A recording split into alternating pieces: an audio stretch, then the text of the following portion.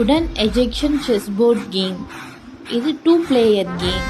ஒரு போர்ட் கொடுத்துருப்பாங்க. அப்புறம் டூ கலர்ஸில் காயின்ஸ், பிளாக்கில் 5 காயின்ஸ் அண்ட் ஒயிட்டில் 5 காயின்ஸ்.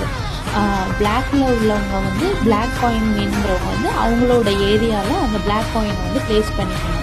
ஒயிட் வேணுங்கிறவங்க வந்து ஒயிட்டை வந்து அவங்களோட ஏரியாவில் வந்து ப்ளேஸ் பண்ணிக்கணும்.